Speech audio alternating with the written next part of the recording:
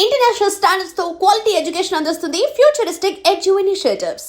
ఎందుకని డూప్లికేట్ ఓటర్లుగా ఉన్నారు, లేకపోతే వాళ్ళ పేరు మరోసారి ఓటర్ లిస్ట్లో కనిపిస్తోంది, లేకపోతే వాళ్ళంతా మిస్ అయిపోయారా? పక్కనున్న బూత్ లెవెల్ మీరు ఎక్కడ ఓటేస్తారో అక్కడికి వెళ్ళండి. ఒక బూత్ ఆఫీసర్ కూర్చొని ఉంటాడు.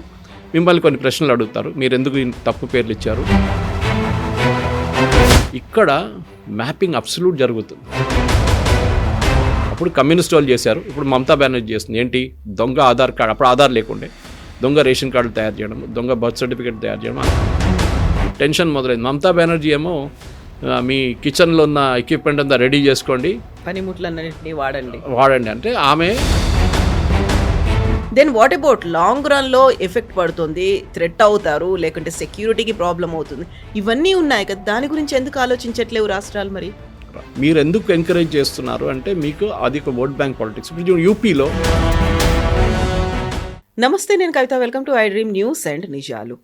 స్పెషల్ ఇంటెన్సివ్ రివిజన్కి సంబంధించి ఎలక్షన్ కమిషన్ 5 రాష్ట్రాల్లో ఇప్పటిదాకా జరిగినటువంటి వాటి లెక్కల్ని అందించింది. అందులోనూ ప్రధానంగా రాజస్థాన్లో 41.8 lakh ఓటర్లని తొలగించినట్టుగా అనౌన్స్ చేసింది. ఇక వెస్ట్ బెంగాల్కి సంబంధించి చూస్తే ఇప్పటికీ 58 లక్షల ఓట్లని తొలగించినట్టుగా అనౌన్స్ చేసింది. At the same time unmapped ఓటర్లు 32 లక్షల మంది దాకా ఉన్నారు. ఓవరాల్గా వెస్ట్ బెంగాల్కి సంబంధించి ఈ లెక్క 1.2 crore ఓటర్ల దాకా ఉండేట్టుగా ఇప్పుడు ఒక ఫిగర్ అనేది అయితే కనిపిస్తోంది. అఫీషియల్గా దానికి సంబంధించి ఒక డిక్లరేషన్ రావాల్సిన అవసరం ఉంది. ఇంతమంది ఓటర్లు, ఇన్ని లక్షల మంది ఓటర్లు ఎందుకని డూప్లికేట్ ఓటర్లుగా ఉన్నారు, లేకపోతే వాళ్ళ పేరు మరోసారి ఓటర్ లిస్ట్లో కనిపిస్తోంది, లేకపోతే వాళ్ళంతా మిస్ అయిపోయారా, చనిపోయారా, ఏం జరిగింది, ఎందుకని ఇంత పెద్ద ఎత్తున ఈ లెక్కలు బయటపడుతున్నాయి? At the same time oppose కూడా ఎందుకని కనిపిస్తోంది? మనతో పాటుగా ఉన్నారు సీనియర్ జర్నలిస్ట్ సురేష్ కొచ్చతిల్ గారు. సార్ నమస్తే. నమస్కారం. మనం ఇప్పటిదాకా బీహార్ మాట్లాడుకున్నాము, వెస్ట్ బెంగాల్ మాట్లాడుకున్నాము, బట్ సర్ప్రైజింగ్లీ రాజస్థాన్లో కూడా 41.8 lakh ఓటర్స్, అది కూడా వాటిని తొలగించారు అనుకుంటే ఎక్కడ తక్కువ నెంబర్ అనేది కనిపించట్లేదు కదా. ఎక్సెప్ట్ లక్షద్వీప్లో 1400 ఓటర్లు ఉన్నారు, ఎందుకంటే అక్కడ తక్కువ జనాభా ఉంది కాబట్టి. ఈవెన్ గోవాలో కూడా 1,00,000కు పైగా ఓట్లు అనేవి ఉన్నాయి, పుదుచ్చేరిలో 1,00,000కు పైగా. ఇవన్నీ కూడా duplicate votes, dead votes and permanently migrated voters, 3 కేటగిరీలు అన్నమాట. మనం లాస్ట్ ఓటర్ రివిజన్ జరిగింది మన్మోహన్ సింగ్ టైంలో 2002లో. అది 2003 దాకా ఎక్స్టెండ్ అయింది. దానికి ఒక బేస్ ఇయర్గా తీసుకున్నారు ఎలక్షన్ కమిషన్. ఆ ఎలక్షన్ కమిషన్ ఏమంటున్నారు, అప్పుడు మీ నాన్నగారు అమ్మగారు లేకుంటే మీరు కూడా ఓటర్ లిస్ట్లో ఉంటే then there is no problem, మీరు మ్యాచ్ చేసుకోవచ్చు. ప్రాజనీ మ్యాపింగ్ అంటారు. అంటే మీ నాన్నగారి పేరు ఇదని మీరు చూపిస్తే అది అక్కడ మ్యాచ్ అవుతుంది, ఏదో ఒక కాన్స్టిట్యున్సీలు ఉంటుంది, మీరు ఇద్దరు మ్యాచ్ అయిపోతుంది కంప్లీట్. లేకుంటే మీ అమ్మగారి పేరు, ఇద్దరు లేకుంటే మీ రిలేటివ్స్ పేరు ఉంటుంది, మ్యాచ్ చేసుకోవచ్చు. ఇది చాలా పెద్ద ఎక్సర్సైజ్ జరిగింది. ఇప్పుడు మనకు తెలిసింది, మీరు చెప్పినట్ల రాజస్థాన్లో 41 లక్షలు అంటే మనం అనుకుంటాం వెస్ట్ బెంగాల్ కన్నా తక్కువే కదా, 58, ఇది 41 కాదు. వాళ్ళ దగ్గర ఓటింగ్ పాపులేషన్ 5 కోట్లే. West Bengal voting population close to 8 crores. అప్పుడు మీరు 8 crores to 58 lakhs విజావి 5 crores to 41 lakhs అనే ఒక కాంబినేషన్ వేసుకుంటే, మ్యాథమెటికల్ ఈక్వేషన్ వేసుకుంటే మీకు తెలిసిపోతుంది రాజస్థాన్ నంబర్లు ఎక్కువనే. ఇంకా అంటే వెస్ట్ బెంగాల్ నంబర్లు మినిమం 1 crore ఉంటేనే రాజస్థాన్ నెంబర్తో మ్యాచ్ అవుతుంది. 1 crore కాకుండా అట్లీస్ట్ 80 lakhs. మీకు గుర్తుంది, నేను ఒక స్టడీ చెప్పాను కవిత గారు మీకు, ఒక 2 నెలల ముందు మనం మాట్లాడుకున్నాం. ఫస్ట్ SIR అనౌన్స్ చేసినప్పుడు ఒక స్టడీ చేస్తున్నారు, ఒక రీసెర్చ్ ఆర్గనైజేషన్, చాలా డీటెయిల్గా చేశారు, చాలా బాగా చేశారు. ఇన్ఫ్యాక్ట్ అది పబ్లిష్ చేసింది RSS వాళ్ళు, BJP వాళ్ళు అంటే మనం అనుకోవచ్చు, కాదు. అది ఫస్ట్ టైం పబ్లిష్ చేసింది టెలిగ్రాఫ్ అనే ఒక న్యూస్ పేపర్ వెస్ట్ బెంగాల్లో, totally pro communist, anti Modi. And Hindu దాని తర్వాత నెక్స్ట్ పబ్లిష్ చేసింది, వాళ్ళు పబ్లిష్ చేశారు ఆ సర్వే రిపోర్ట్. నాకు ఆర్గనైజేషన్ గుర్తులేదు ఎవరు చేశారు, కానీ వాళ్ళు చాలా బాగా చేశారు. ఎట్లా చేశారంటే ఫస్ట్ వాళ్ళు 2002 ఓటర్ లిస్ట్ తీసుకున్నారు. ఆ ఓటర్ లిస్టులో ఉన్న అందరి పేర్లు సిస్టంలో ఎంటర్ చేసిన తర్వాత వాళ్ళు దానికి మ్యాచింగ్ మొదలుపెట్టారు. 2002 తర్వాత వాళ్ళు ప్రతి సంవత్సరంలో రివిజన్ జరిగినప్పుడు, అప్పుడు స్పెషల్ రివిజన్ కాదు, స్పెషల్ ఇంటెన్సివ్ రివిజన్ కాదు, ఒట్టే మీ ఇంటికి వస్తారు, మీరు ఉన్నారా లేదా కనుక టిక్ కొట్టేసి వెళ్ళిపోతారు. ఇది జరిగేది. ఆ టైంలో ఏం జరిగిందో ఆ లిస్ట్లో చూస్తే కూడా చాలామంది ఆ లిస్ట్లో కనిపించకుండా పోయారు. ఏది అసెంబ్లీ, ఫర్ ఎగ్జాంపుల్ 2002 తర్వాత 2007 అనుకుందాం, చాలామంది లేరు. సో వాళ్ళు ఏం చేశారంటే ఆ నంబర్లను తీసేశారు. నెక్స్ట్ వాళ్ళు ఏం చేశారంటే డెత్ అండ్ బర్త్ సర్టిఫికేట్ చూశారు వెస్ట్ బెంగాల్లో ఇష్యూ చేసినా కానీ. అప్పుడు వాళ్ళు అది మ్యాచ్ చేసుకుంటూ వెళ్ళిపోతే లాస్ట్ 2025కి వచ్చేదాకా వాళ్ళు చూసిన లిస్ట్ ప్రకారం వెస్ట్ బెంగాల్లో 1 కోటి మంది ఎక్స్ట్రా ఓటర్లు ఉన్నారు. ఫర్ ఎగ్జాంపుల్ ముషీదాబాద్ లాంటి constituency which is very minority heavy కాన్స్టిట్యున్సీలో పాపులేషన్ కన్నా ఎక్కువ ఓటర్లు ఉన్నారు. ఆలోచించండి, పాపులేషన్ కన్నా ఎక్కువ ఓటర్లు ఉన్నారు. అది కాకుండా మొన్ననే ఎలక్షన్ కమిషన్ కన్నా ముందు వీళ్ళు ఎస్ఐఆర్ స్టార్ట్ చేసి అదే టైంలో UIDA, that is unique identification authority అయిపోయింది, ఆధార్ ఇష్యూ చేసిన అథారిటీస్ వెస్ట్ బెంగాల్లో 34 లక్షల మంది చనిపోయారని చెప్పి వాళ్ళ ఓటర్ ఐడి కార్డ్ వాళ్ళ ఆధార్ డియాక్టివేట్ చేశారు. 16 డిజిట్ను ఆధార్ డియాక్టివేట్ చేశారు. వాళ్ళకి ఎక్కడి నుంచి వచ్చింది డేటా? వాళ్ళకి వెస్ట్ బెంగాల్ గవర్నమెంట్ దగ్గర ఉన్న డేటా వాళ్ళు తీసుకున్నారు, బర్త్ అండ్ డెత్ సర్టిఫికేట్స్ నుంచి. ఇప్పుడు ఇంపార్టెంట్ ఏంటంటే దీంట్లో ఎందుకు చేశారని చాలామంది అడిగారు. ఇప్పుడు ఎందుకు చేస్తున్నారు అంటే ఈ 32 లక్షల మంది చనిపోయిన వాళ్ళలో చాలామంది ఆధార్ కార్డు ఇప్పుడు కూడా వాడుకుంటున్నారు. ఎవరో సిమ్ యాక్టివేషన్కి వాడుకుంటున్నారు, బ్యాంక్ అకౌంట్కి వాడుకుంటున్నారు, లోన్ల కోసం వాడుకుంటున్నారు. అంటే అంత ఫేక్. లోన్ తీసుకుని వాడు గాయమైపోతాడు, మన సిమ్ కార్డ్ తీసుకొని ఏదో ఇల్లీగల్ యాక్టివిటీకి యూజ్ చేసుకుంటాడు, దానికోసం డీయాక్టివేట్ చేసి పడేశారు. మన ఆధార్ కార్డు ఒక స్పెషాలిటీ ఏంటంటే ఈ 16 డిజిట్లో ఇంకోసారి మీరు క్రియేట్ చేయలేరు. ఫర్ ఎగ్జాంపుల్ ఒక 16 డిజిట్ నెంబర్ ఉందనుకోండి, అది డీయాక్టివేట్ అయితే ఇంకొకసారి అది ఎక్కడైనా ఒక 2 సంవత్సరాల తర్వాత అదే నెంబర్ ఇష్యూ చేయాలంటే కాదు, ఆ నెంబర్ యూనిక్ ఉంటుంది దానికి. సో డీయాక్టివేట్ అయిపోయింది. సో మీరు నెక్స్ట్ టైం సిమ్ కార్డ్ తీసుకోవడానికి వెళ్తే మీ ఆథరైజేషన్ చెక్ చేయడానికి, మీ జెన్యూనిటీ చెక్ చేయడానికి ఆధార్ చెక్ చేస్తే డీయాక్టివేట్ అని చూపిస్తుంది, మీకు సిమ్ డిక్లైన్ చేస్తారు. కానీ మన దగ్గర ఎట్లా అంటే పక్కన ఒక ఛత్రి వేసుకొని కూర్చొని ఉంటాడు, కూడా సిమ్ కార్డులు అమ్ముతూనే ఉంటాడు. ఈ doesn't do a biometric check. Biometric check చాలా ఇంపార్టెంట్. ముందు చేస్తుండే, కానీ దాని తర్వాత ఒక సుప్రీంకోర్టు రూలింగ్ వచ్చింది, బయోమెట్రిక్ యూజ్ చేయలేమని చెప్పగానే ఈ థంబ్ ప్రింట్ తీసేసి వాళ్ళు ఫిజికల్ పేపర్ నుంచి మొదలు పెట్టారు. మళ్ళీ ఎనీవే దాంట్లో మనం చూస్తాం చాలా మటుకు ఈ టెర్రరిస్ట్ కానీ ఈ ఫేక్ కాలర్స్, మన డిజిటల్ అరెస్ట్ లాంటివి చేసేటవాళ్ళు అందరూ ఇట్లాంటి ఫేక్ సిమ్ కార్డ్స్ వాడుకుంటున్నారు. వాళ్ళు ఒకసారి వాడుకుంటారు, పడేస్తారు, మళ్ళీ ఇంకో సిమ్ కార్డు యూజ్ చేస్తారు. అట్లా ఇప్పుడు ఏం జరిగిందంటే వెస్ట్ బెంగాల్లో ఈ 58 లక్షల మందిని తీసేశారు కంప్లీట్గా. కొంతమంది దాంట్లో 1% ఎర్రర్ ఉండొచ్చు, 1 or 2%. వాళ్ళు వచ్చి చెప్పాల్సి అంటే చనిపోయిన చెప్పిన ఒక మనిషి ఇప్పుడు కనిపించిందంట, లేదు నేను బతుకున్నానని చెప్పి ఆయన వెళ్ళి క్రిమేషన్ గ్రౌండ్లో కూర్చొని అన్ని అంత్యక్రియలు చేశారంట వారి రిలేటివ్స్, చనిపోయింది కదా ఎట్లా అని చెప్పేసి. It was like a more of a comedy scene. కానీ అట్లాంటి ఒక 1% దాకా ఉండొచ్చు 58 లక్షల్లో. అది కాకుండా 32 లక్షల మంది ఇది ప్రాజనీ అంటే మ్యాపింగ్ కావట్లేదు, అన్మ్యాప్డ్ వచ్చారు. అన్మ్యాప్డ్ అంటే వాళ్ళ పేరు రాశారు కానీ వాళ్ళ నాన్నగారు అమ్మగారు పేరు లేదు, అదొకటి. ఇంకా 12 లక్షల మందికి మీరు తప్పుడు అంటే స్పెల్లింగ్ మిస్టేక్స్ ఉన్నాయి దాంట్లో. మీరు మీ ఆధార్ కార్డు చూసి రాసిన పేరు దీంతో మ్యాచ్ కావట్లేదు. Either Aadhaar card is wrong or this is wrong. మీ రేషన్ కార్డు చూసిన పేరు రాసింది ఇక్కడ ఉన్న పేరు తప్పు. కొంతమంది రేషన్ కార్డు యూజ్ చేశారు, కొంతమంది ఆధార్ కార్డు యూజ్ చేశారు, కొంతమంది మిగతా బ్యాంక్ డాక్యుమెంట్స్ యూజ్ చేశారు. 32 లక్షల మంది అక్కడ అయిపోయారు. దీనికి కాకుండా ఇంకొక 1 కోటి మంది వాళ్ళది కంప్లీట్ ప్రాజనీ మ్యాపింగ్ కూడా కాలేదు, డేటా మొత్తం డౌట్ఫుల్ అనిపిస్తుంది. సో వీళ్ళందరినీ ఏం చేస్తారంటే ఇప్పుడు ఒక హియరింగ్కి పిలుస్తారు. ఈ 58 పక్కన పెట్టండి, మిగతా వాళ్ళని 32 + 1 కోటి మందిని హియరింగ్కి పిలుస్తారు. వాళ్ళకి ఆల్రెడీ నోటీస్ వెళ్ళిపోయి ఉంటుంది, వాళ్ళ ఫోన్లో మెసేజ్ వస్తుంది, మీ హియరింగ్కి రావాలి, పక్కన ఉన్న బూత్ లెవెల్ మీరు ఎక్కడ ఓటేస్తారో అక్కడికి వెళ్ళండి, ఒక బూత్ ఆఫీసర్ కూర్చొని ఉంటాడు, మిమ్మల్ని కొన్ని ప్రశ్నలు అడుగుతారు. మీరు ఎందుకు తప్పు పేర్లు ఇచ్చారు, మీరు ఎందుకు మీ నాన్నగారి పేరు రాయలేదు, మీరు ఎందుకు మీ నాన్నగారు అమ్మగారి పేరు ఒకటే రాశారు, దాన్ని అడుగుతారు. సో ఏమైనా తప్పులు ఉండొచ్చు బహుశా, అగైన్ 1 to 2%, మిగతా అంతా ఫేకే. దీంట్లో ఇంకొకటి చాలా మటుకు ఇంట్రెస్టింగ్ అవుతుందంటే ఫ్రాడ్. ఈ ఫ్రాడ్ ఎట్లా జరిగిందంటే కొంతమంది చాలామంది వాళ్ళ నాన్నగారు 14 సంవత్సరాల్లో వీడు పుట్టాడంట, నాన్నగారు 14 సంవత్సరాలు ఉన్నప్పుడు ఈ అబ్బాయి పుట్టాడంట, మళ్ళీ 30 సంవత్సరాలుగానే గ్రాండ్ ఫాదర్ అయిపోయాడంట, ఇదే అబ్బాయి గ్రాండ్ ఫాదర్ అయిపోయాడంట. అప్పుడు that is obviously it is fake. So ఇట్లాంటి వాళ్ళని తొలగించాల్సింది లిస్ట్ నుంచి. సో టోటల్ మమతా బెనర్జీకి ఇప్పుడు ఏడుపు ఎందుకు వస్తుందంటే ఆమెకి ప్రాబ్లం ఎందుకంటే ఈ ఓటర్స్ అందరూ ఆమె ఓటర్స్.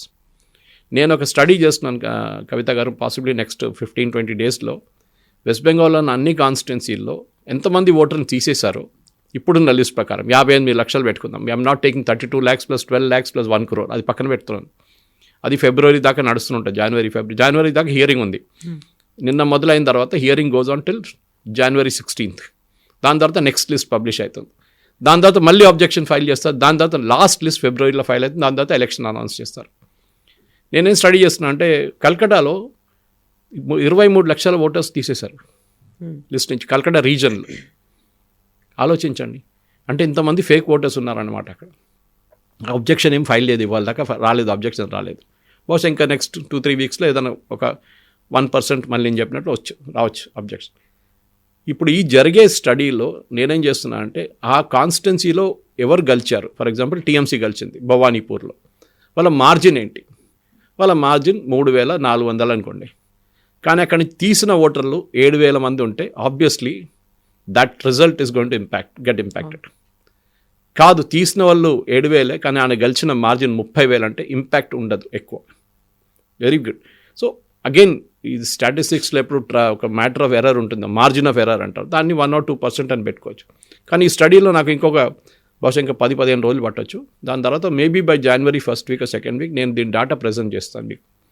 దాంతో మనకు తెలిసిపోతుంది లాస్ట్ టైం టీఎంసీ గెలిచిన 215 సీట్లలో వాళ్ళకి 100 సీట్లు తగ్గుతుందా, 50 సీట్లు తగ్గుతుందా, లేకుంటే 70 సీట్లు తగ్గిపోతుంది. దాన్ని బట్టి next election result will be there. Because communist and Congress are 0 West Bengal. Last 2 ఎలక్షన్లో వాళ్ళకి 0 సీట్లు వచ్చినాయి. బీజేపీకి 77 వచ్చినాయి లాస్ట్ టైం. ఈసారి ఎంత రావచ్చు అనేది ఈ రిజల్ట్ మీద ఉంటుంది. ఈ కాన్స్టిట్యున్సీలో ఎంత ఓట్లు తగ్గారు, ఎంత ఓట్లు ఇంక్రీజ్ ఎక్కడ కాలేదు, తగ్గారంతే. కానీ దీన్ని అన్నిటికంటే సర్ప్రైజింగ్ ఏంటంటే కవిత గారు, ఈ మైనారిటీ డామినేటెడ్ కాన్స్టిట్యున్సీ మిద్నాపూర్ కానీ, మార్డా కానీ, 24 పర్గనాస్ కానీ, ఇక్కడ మ్యాపింగ్ అబ్సల్యూట్ జరుగుతుంది. 1%, 2% కూడా రాంగ్ రావట్లేదు. ఎందుకో డౌట్ వస్తుంది. సో నిన్ననే ఎలక్షన్ కమిషన్ దీని గురించి ఒక చిన్న ఎంక్వైరీ మొదలుపెట్టారు. డార్జిలింగ్ లాంటి ప్లేస్లో 6% ఉంది. అక్కడ ఇంతమంది దూరం అక్కడికి బంగ్లాదేశ్ నుంచి, అక్కడ మోస్ట్లీ నేపాల్ వైపు నుంచి వస్తారు. అక్కడ వీళ్ళెవరు ఎట్లా అచీవ్ అయ్యారు ఇట్లా అంటే ఆబ్వియస్లీ ఇది 30 సంవత్సరాల ముందు నుంచే వీళ్ళు ఈ బిజినెస్ మొదలు పెట్టారు. అప్పుడు కమ్యూనిస్ట్ వాళ్ళు చేశారు, ఇప్పుడు మమతా బెనర్జీ చేస్తుంది. ఏంటి, దొంగ ఆధార్ కార్డు, అప్పుడు ఆధార్ లేకుండే, దొంగ రేషన్ కార్డులు తయారు చేయడం, దొంగ బర్త్ సర్టిఫికేట్ తయారు చేయడం, అన్నీ వాట్ ఎవర్ ఇల్లీగల్ వాళ్ళు చేశారు పనులన్నీ. ఇది now we have to go back and trace. కానీ 30 సంవత్సరాల ముందు తీసుకున్న ఒక ఎస్ఎస్సి సర్టిఫికేట్ మీరు ఇప్పుడు వెళ్ళి దాన్ని అథెంటిసిటీ డిటర్మైన్ చేయలేరు, చాలా కష్టం. ఆ స్కూల్ ఉందో లేదో అది కూడా తెలియదు, వాళ్ళు ఎప్పుడు ఇష్యూ చేసేది, బర్త్ సర్టిఫికేట్ ఇష్యూ చేస్తారు, హాస్పిటల్ ఉందో లేదో తెలియదు, ఆ హాస్పిటల్ రికార్డులో ఇలా పేరు ఉందో లేదో తెలియదు. వాళ్ళు అంటారు 30 సంవత్సరాల ముందు రికార్డు మా దగ్గర లేదు, మేమంతా ఎప్పుడు పడేసినాం, కంప్యూటరైజేషన్ చేయలేదు. ఇప్పుడే జరిగింది కదా కంప్యూటరైజేషన్ లాస్ట్ 20 years 15 yearsలో, అప్పుడు జరగలేదు. బహుశా ఈఎస్ఐఆర్ తర్వాత కూడా ఒక ఎక్సర్సైజ్ జరగాల్సి వస్తుంది వెస్ట్ బెంగాల్లో. ఎందుకంటే ఈ బంగ్లాదేశ్ వైపు నుంచి వచ్చిన వాళ్ళు ఫర్ ఇంట్రెస్టింగ్ ఒక ఫ్యామిలీ కేసు నేను చదివాను నిన్న టైమ్స్ ఆఫ్ ఇండియాలో. వాళ్ళు 3 ఉన్నారు, husband, wife and 1 kid, grown up son. వాళ్ళు అస్సాం లిస్ట్లో ఎన్ఆర్సీ నడుస్తుంది అక్కడ, నేషనల్ రిజిస్టర్, దాంట్లో వాళ్ళని నాన్ సిటిజన్స్గా డిటర్మైన్ చేశారు. వాళ్ళు వచ్చి వెస్ట్ బెంగాల్ సెటిల్ అయిపోయి ఇక్కడ సిటిజన్షిప్ దొరికింది వాళ్ళకి. అంటే ఇక్కడ Aadhaar card, voter ID card, ration card అన్నీ తయారు చేసుకున్నారు వాళ్ళు. కానీ ఆసాంలో పట్టుకున్నారు వాళ్ళని. కానీ ఆసాం ఎన్ఆర్సీ అనేది డిఫరెంట్ ప్రాసెస్, అది అక్కడ చాలా స్ట్రిక్ట్ ఉంటుంది. అది వాళ్ళ అక్కడ స్ట్రిక్ట్ ఉండాలని తెలిసినప్పుడు వాళ్ళు అక్కడి నుంచి పారిపోయి వెస్ట్ బెంగాల్కి వచ్చేసరికి ఇక్కడ వచ్చి సిటిజన్షిప్ తీసుకున్నారు. కానీ అక్కడ they been shown as non citizens. Now they will have to answer the question. మీరు ఇక్కడి నుంచి కొత్త డాక్యుమెంట్స్ తీసుకున్నారు, అది ఆఫ్ కోర్స్ బ్యాక్ డేట్ చేసి చూపిస్తారు, మీరు 1960sలో పుట్టారు, 1970లో పుట్టారు అని చెప్పేసి. It is going to be a needle in a hair stock అంటాం మన ఇంగ్లీష్లో. చాలా ఏం చెప్తారు, చాలా టఫ్ వర్క్ ఇది. సో ఎలక్షన్ కమిషన్ ఏం చేశారంటే ఇది వెస్ట్ బెంగాల్ గవర్నమెంట్ దీన్ని మ్యానిపులేట్ చేస్తారని చెప్పి వాళ్ళు 2 పనులు చేస్తారు. ఒకటి సుప్రీంకోర్టుకి వెళ్ళి చెప్పారు, మా బిఎల్ఓల్ని వీళ్ళందరూ కలిసి టీఎంసీ వాళ్ళు కలిసి ధమ్కీ ఇస్తున్నారు, వాళ్ళు తిడుతున్నారు, వాళ్ళ మీద చాలా ప్రెషర్ పెడుతున్నారు, ఇల్లీగల్గా ఇంక్లూడ్ చేసి. సుప్రీంకోర్టు ఏం చెప్పారంటే సెక్యూరిటీ ప్రొవైడ్ చేయమన్నారు. You as the state government to provide security, వాళ్ళు ఇవ్వకపోతే సిఆర్పిఎఫ్ని పెట్టండి అని చెప్పారు, సిఆర్పిఎఫ్ సిఐఎస్ఎఫ్ని. అదొకటి. రెండవది ఎలక్షన్ కమిషన్ ఏం చేశారంటే అబ్జర్వర్స్ పెట్టారు. ఇప్పుడు మన ఎలక్షన్ టైంలో మీరు చూస్తుంటారు ఎక్స్టర్నల్ అబ్జర్వర్స్ వస్తారు.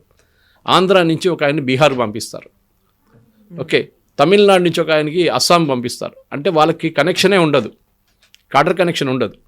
సో అట్లాంటి ప్రతి అసెంబ్లీ సెగ్మెంట్కి ఒక అబ్జర్వర్ పెట్టారు. ఇప్పుడు ఈ ఎస్ఐఆర్ ప్రాసెస్ టైంలో బయట నుంచి వచ్చిన ఐఏఎస్ ఆఫీసర్లు, వాళ్ళ మీద చాలా ప్రెషర్ ఉంది. ఇప్పుడు వాళ్ళు బూత్ లెవెల్ ఆఫీసర్స్ మీద, వాళ్ళ డిస్ట్రిక్ట్ కలెక్టర్ మీద ఇంకా ప్రెషర్ పెడుతున్నారు. ఏదైనా చిన్న తప్పు కనిపిస్తే, లేకుంటే ఫేక్ ఐడెంటిఫికేషన్, ఫేక్ ఓటర్ని యాడ్ చేస్తే అందరికీ నోటీస్ ఇష్యూ చేస్తారు. So you have to be very careful from now on. ఇప్పుడు నుంచి హియరింగ్ మొదలైనప్పుడు టెన్షన్ మొదలైంది. మమతా బెనర్జీ ఏమో మీ కిచెన్లో ఉన్న ఎక్విప్మెంట్ అంతా రెడీ చేసుకోండి, పనిముట్లన్నింటినీ వాడండి అంటే ఆమె షీఈస్ కాలింగ్ ఫర్ వైలెన్స్. ఆమెకు తెలిసిపోయింది ఇప్పుడు, ఆమె చేతి నుంచి బయటికి వెళ్ళిపోయింది అదంతా. ఆమె ఏం చేయలేదు, చేయకపోవచ్చు కూడా.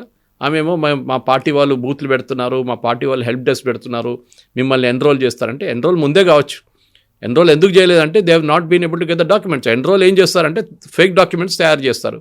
అది ఈజీగా పట్టుకోవచ్చు. ఇప్పుడున్న కండిషన్లో మీరు ఆధార్లో సబ్మిట్ చేసిన ఏం డాక్యుమెంట్ సబ్మిట్ చేస్తారో ఆధార్ వాళ్ళ దగ్గర ఉంటుంది. అది యూనిక్ ఐడెంటిఫికేషన్ అథారిటీ దగ్గర ఆ డాక్యుమెంట్ ఉంటుంది. మీరు ఏం సబ్మిట్ చేస్తారో. మీరు ఒక ఎస్ఎస్సీ సర్టిఫికేట్ అప్పుడు సబ్మిట్ చేశారు, ఇంకో కొత్త ఎస్ఎస్సీ సర్టిఫికేట్ ఇప్పుడు తీసుకెళ్తే మిమ్మల్ని పట్టుకుంటారు 100%. ఎందుకంటే వెస్ట్ బెంగాల్లో ఇది పెద్ద ఒక ఫ్యాక్టరీ. ఇప్పుడు కాదు, కమ్యూనిస్ట్ టైం నుంచే 30 సంవత్సరాల ముందు నుంచే అక్కడ దొంగ సర్టిఫికేట్లు తయారు చేయడము, అన్ని టైప్ ఆఫ్ సర్టిఫికేట్ తయారు చేసిస్తారు. మీకు ఏం కావాలంటే డబ్బులు ఇస్తే, ఇప్పుడు ఆధార్ కార్డు మొదలైన 2500 3000 ఇస్తే మీకు ఆధార్ కార్డు తయారు చేసిస్తారు.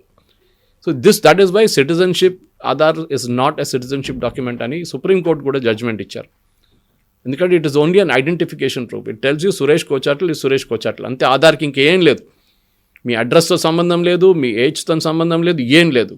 You are only the person. So citizenship కాదు, ఆధార్ సిటిజన్షిప్ డాక్యుమెంట్ కాదు.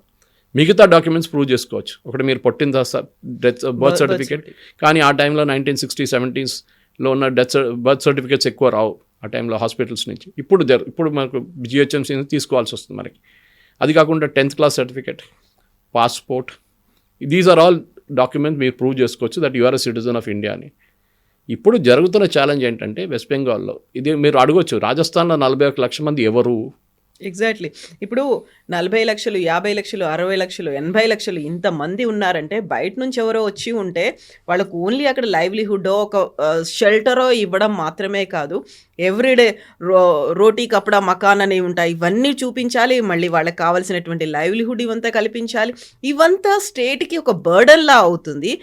ఎవరి ఇంట్రెస్ట్ కోసము అనేది వస్తుంది. వాళ్ళతో వస్తే ఓట్లు వేయించుకుంటే ప్రభుత్వం ఏర్పడుతుందేమో, కానీ దెన్ వాట్ అబౌట్ లాంగ్ రన్లో ఎఫెక్ట్ పడుతుంది, థ్రెట్ అవుతారు, లేకుంటే సెక్యూరిటీకి ప్రాబ్లం అవుతుంది.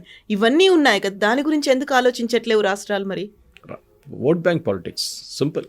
ఓటేస్తారు, అయిపోతుంది, అక్కడ గవర్నమెంట్ ఫామ్ చేసుకుంటారు. నెక్స్ట్ టైం మళ్ళీ వాళ్ళు ఓటేస్తారు.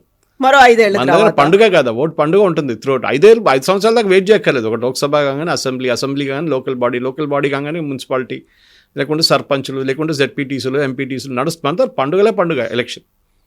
అదే కదా, ఎప్పుడైనా మోడల్ కోడ్ ఆఫ్ కండక్ట్ ఉంటుంది మన దగ్గర, త్రూ అవుట్ ద ఇయర్ ఉంటుంది. So this is the main thing. అంటే మీరు ఎందుకు ఎంకరేజ్ చేస్తున్నారు అంటే మీకు అది ఒక ఓట్ బ్యాంక్ పాలిటిక్స్. ఇప్పుడు యూపీలో 2 కోట్ల మంది దాకా పోతారు out of the voter list. ఎందుకంటే వాళ్ళ ఓటర్ బేస్ చాలా పెద్ద. I think it's almost close to 18 crores or 20 crores వాళ్ళ ఓటింగ్ పాపులేషన్. దాని నుంచి 2 నుంచి 3 కోట్ల మందిని డెఫినెట్గా పోతున్నారని చెప్తున్నారు. Already 2 crores identified. వాళ్ళది డేట్ ఎక్స్టెండ్ చేశారు, ఎందుకంటే పాపులేషన్ చాలా ఎక్కువ ఉందని చెప్పి ఓటింగ్ పాపులేషన్ డేట్ ఎక్స్టెండ్ చేశారు. బహుశా ఇంకా వారంలో వాళ్ళ డీటెయిల్స్ కూడా రావచ్చు, మధ్యప్రదేశ్తో సహా, మహారాష్ట్రతో సహా. దాన్ని పెద్ద స్టేట్స్. ఇన్ని లక్షలు కోట్ల మంది ఉన్నారు అంటే వీళ్ళందరూ ఇల్లీగల్గా వచ్చినటువంటి మైగ్రెంట్స్ అయినా, లేకుంటే ఒక చోటు నుంచి ఇంకో చోటికి బతుకు తెరువు కోసం పోయిన వాళ్ళు అనుకోవాలా? వాళ్ళ ప్రాబ్లం లేదు కదా. మీరు ఒక చోటు నుంచి ఒకటి వెళ్తే మీకు ప్రాబ్లం లేదు. మీది ఏదో ఐడెంటిటీ డాక్యుమెంట్ మీ దగ్గర ఉంటుంది. ఇదంతా ఇల్లీగల్గా దూరిన వాళ్ళు. సుప్రీంకోర్టు చెప్పారు కదా, రోహింగ్యా కేసులో సుప్రీంకోర్టులో హెబియస్ కార్పస్ వేసిన సుప్రీంకోర్టు ఏం చెప్పారు? Justice Kant was there, chief justice. మనకు ధర్మశాల కాదు. మన దేశంలో ఉన్న పిల్లలకి చదువు చెప్పడానికి ఫ్రీ ఎడ్యుకేషన్ ఇవ్వడం బదులు రోహింగ్యా వాళ్ళు వచ్చి వాళ్ళు తీసుకుంటే ఏంటిది?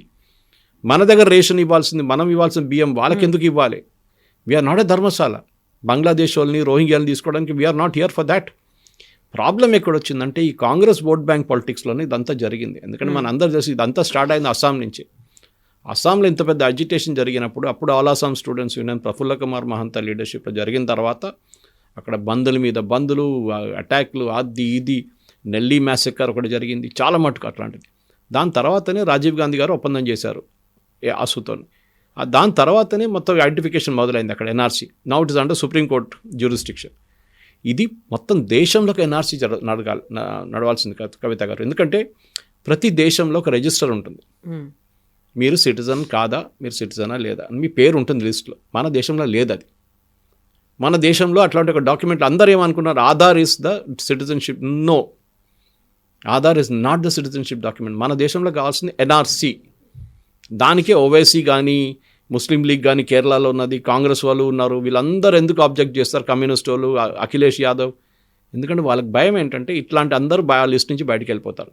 ఒకసారి మీకు ఒక సిటిజన్షిప్ నెంబర్ ఇస్తే, అమెరికాలో ఉంది సోషల్ సెక్యూరిటీ నెంబర్ అంటారు వాళ్ళ దగ్గర, అట్లాంటి ఒక నెంబర్ ఇచ్చేస్తే then you are a citizen of this country. మీకు బెనిఫిట్స్ దాని మీద తీసుకోవచ్చు మీరు. ఇప్పుడు ఎప్పుడు కావాలంటే వాడు దూరిపోయింది భారతదేశంలో. బంగ్లాదేశ్లో 65 నుంచి, దానికన్నా ముందు 47 నుంచి మొదలైంది, 71లో పీక్ అయింది అది. రోహింగ్యాలు ఇప్పుడు వచ్చారు, దానికన్నా ముందు పాకిస్తాన్ వైపు నుంచి చాలామంది ఇక్కడ వచ్చి సెటిల్ అయిపోయారు. అందరూ ఉన్నారు. కానీ సిటిజన్షిప్ అమెండ్మెంట్ యాక్ట్ తీసుకొచ్చిన తర్వాత ఇప్పుడు మటువా కమ్యూనిటీ లాగా వెస్ట్ బెంగాల్లో వాళ్ళు కూడా సిటిజన్షిప్ ఇస్తున్నారు. వాళ్ళ దాంట్లో కూడా ఆల్మోస్ట్ 1 కోటి మంది హియరింగ్ ఉన్నారు వాళ్ళ దాంట్లో. కానీ వాళ్ళు చెప్పొచ్చు మాకు SMS వచ్చిందండి, citizenship document has been approved అని. దట్ ఈస్ ఇనఫ్ గవర్నమెంట్కి, ఎలక్షన్ అథారిటీస్కి. కానీ ఇటువైపు రాజస్థాన్ వైపు 41 లక్షల చాలామంది మస్ట్ బీ ఫ్రమ్ పాకిస్తాన్, అక్కడి నుంచి వచ్చి సెటిల్ అయిన వాళ్ళు ఉంటారు మన దగ్గర. వీళ్ళు ఎవరు? కాశ్మీర్ మొదలు కాలేదు ఇంకా, అక్కడ ఇంకా ఉంది పెద్దది, అక్కడ ఇంకా పెద్ద స్టోరీ వస్తుంది అక్కడ. మీకు బహుశా తెలుసో లేదు, కవిత గారు, పాకిస్తాన్లో నుంచి ఒక అబ్బాయి కాశ్మీరీ అమ్మాయిని పెళ్లి చేసుకోవచ్చు, and she will retain her land. Exactly. అదే అమ్మాయి ఇండియన్ అబ్బాయితో పెళ్లి చేసుకుంటే ల్యాండ్ పోతుంది. Still article 370 was revoked. అది యాక్చువల్లీ 375 లేకుండే, అది 35A ఉండేది, which was an ordinance which Nehru illegally continued for almost 30 years. Nehru అని కాదు, నెహ్రూ తర్వాత వచ్చిన వాళ్ళు కూడా. ఒక ఆర్డినెన్స్ లైఫ్ 6 months, దాని తర్వాత ఉండదు, పనికిరాదు అది. కానీ రాజేంద్ర ప్రసాద్ గారు సైన్ చేసిన ఆ ఆర్డినెన్స్ నెహ్రూ గారి టైం నుంచి మోదీ గారు విత్డ్రా చేసేదాకా నడిచిందనమాట, 70 సంవత్సరాల దాకా. So obviously it was illegal. అట్లాంటి చాలా ఉన్నాయి. SC ST కోటాలు లేకుండే జమ్మూ కాశ్మీర్లో, 370 వాజ్ రిమూవ్డ్. ఎవరైనా అడిగారండి? కాంగ్రెస్ వాళ్ళు ఎవరైనా అడిగారా ఎందుకు SC ST OBCలు కోటా ఇవ్వట్లేదు? అక్కడ OBCలు ఇచ్చారు కొంతమంది, ఎందుకంటే కాశ్మీర్లో కొంతమంది ముస్లిమ్స్ BC కోటాలో వస్తారు, బకర్వాల్స్ లాంటి వాళ్ళు. కానీ SC STs కోటా ఎందుకు ఇవ్వట్లేదండి కాశ్మీర్లో? ఎందుకు ఇవ్వలేదు ఇన్ని సంవత్సరాలు? అడిగారు కాంగ్రెస్ వాళ్ళు? వీళ్ళు దాన్ని రోజు పొద్దున్న లేవగానే రాహుల్ గాంధీ ఏడుస్తూనే ఉంటారు కదా కోటాల గురించి. So this is where it comes. ఇది పెద్ద ఎక్సర్సైజ్, SIR ఎక్సర్సైజ్, ఈ స్పెషల్ ఇంటెన్సివ్ రివిజన్ ఎక్సర్సైజ్ని ఒపోజ్ చేయడంలోనే మీకు తెలిసిపోతుంది. యోగి ఆదిత్యనాథ్ గారు మాట్లాడలేదే. ఎగ్జాక్ట్లీ. ఎందుకంటే ఇక్కడ మనం ఓన్లీ లక్షల్లో చూస్తున్నాం, అక్కడ 2 కోట్లు అంటున్నారు మీరు. రాజస్థాన్లో 41 లక్షల మంది తీసే ముఖ్యమంత్రి ఏడుస్తున్నారా? No, he said remove it, I have no problem. ఎందుకు మా ఓట్ వాళ్ళు ఇల్లీగల్ వాళ్ళు తీసేసేయండి. లేదు, ఇల్లీగల్ వాళ్ళు ఉంచుకోవాలని చెప్తున్న వాళ్ళు మమతా బెనర్జీ లాంటి వాళ్ళు, అఖిలేష్ యాదవ్ లాంటి వాళ్ళు, తేజస్వి యాదవ్ లాంటి వాళ్ళు అబ్జెక్ట్ చేస్తున్నారు. ఇక్కడ స్టాలిన్, శ్రీలంక నుంచి ఎంతమంది తమిళన్స్ వచ్చి సెటిల్ అయితే తెలియదు, ఇప్పుడు తెలిసిపోతుంది. ఇప్పుడు అక్కడ కూడా ఆల్మోస్ట్ 60 లక్షలు ఉందని చెప్తున్నారు, ఇంకా ఒఫీషియల్ ఫిగర్స్ బయటికి రాలేదు. అక్కడ కూడా ఉంటుంది మినిమం. రాజస్థాన్లో 41 ఉంటే అక్కడ మినిమం 60 ఉంటుంది తమిళనాడులో. ఎవరు వీళ్ళు? తమిళనాడులో అయితే బంగ్లాదేశ్ నుంచి వచ్చిన వాళ్ళు చాలామంది ఉండరు కదా. Who are these people? Did they come from Sri Lanka? Sri Lanka వచ్చి మన సిటిజన్షిప్ ఇవ్వాలని ఎప్పుడు అగ్రిమెంట్ పెట్టుకోలేదు వాళ్ళతో. We said we'll keep them as refugees. Special camp setup చేసాం వాళ్ళ కోసం LTTE టైంలో. అది అయిపోయింది, ఖతం.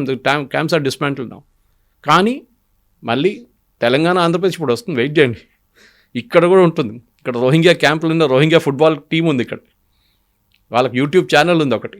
సో ఇట్లాంటి దాంట్లో చాలామంది ఇక్కడ కూడా పట్టుబడతారు. కానీ మనకు వచ్చినప్పటికల్లా ఈ major states UP, Rajasthan, Madhya Pradesh, ఈ 3 స్టేట్ అండ్ మహారాష్ట్ర, ఈ 4 స్టేట్లో ఉన్న ఫిగర్స్ మీకు షాక్ అయిపోతుంది. దాంట్లో రాజస్థాన్ ఆల్రెడీ ఫిగర్స్ వచ్చేస్తుంది మనకి. ఈ 3 స్టేట్లు చూడండి, మినిమం యూపీ అయితే 2 కోట్ల మంది కన్నా ఎక్కువ ఉంటారు. 2,50 లక్షల మంది దాకా లిస్ట్ నుంచి బయటికి వెళ్ళిపోతారు. భారతదేశంలో 100 కోట్ల ఓట్లు అని చెప్పుకున్నాను మనం ఒక సంవత్సరం ముందు. 100 కోట్లు లేరు. అప్పుడే నేను చెప్పాను 88 crores ఉంటుంది, 86 to 88 crores. మిగతా అంతా 12 crores fake, dead, missing, that is ఈ అడ్రస్లో మీరు లేరు, that is permanently migrated or duplicate voters. ఈ 3 తీసేస్తేనే మీకు 12 కోట్ల మంది వెళ్ళిపోతారు లిస్ట్ నుంచి. దాని తర్వాత ఈ మ్యాపింగ్, ప్రాజనీ మ్యాపింగ్లో మీకు బయట నుంచి వచ్చిన మీ అమ్మ నాన్నగారి పేరు తప్పు, లేకుంటే 14 వయసులోనే మీరు పుట్టారు, మీకు అబ్బాయి అయిపోయాడు, అమ్మాయి అయిపోయారు, మీరు 30 సంవత్సరాలు కానీ మీరు గ్రాండ్ ఫాదర్ అయిపోయారు, మీ నాన్నగారు అమ్మగారి పేరు ఒకటే, అది ఎట్లా అవుతుందండి? ఇదన్నీ ఇక్కడ తీయాల్సి వస్తుంది, బయటకు వస్తుంది. We never created a proper documentation till now. అది ఇప్పుడు జరుగుతుంది. సో మామూలుగా ట్రెమార్సే కాదు, ఎత్తుకు రాబోతోంది. ఇంకా చూస్తున్నాండి తమాషా, అవి పిక్చర్ అవి బాకీ హై అవి. Yes, sir. Thank you so much. Thank you. Thank you.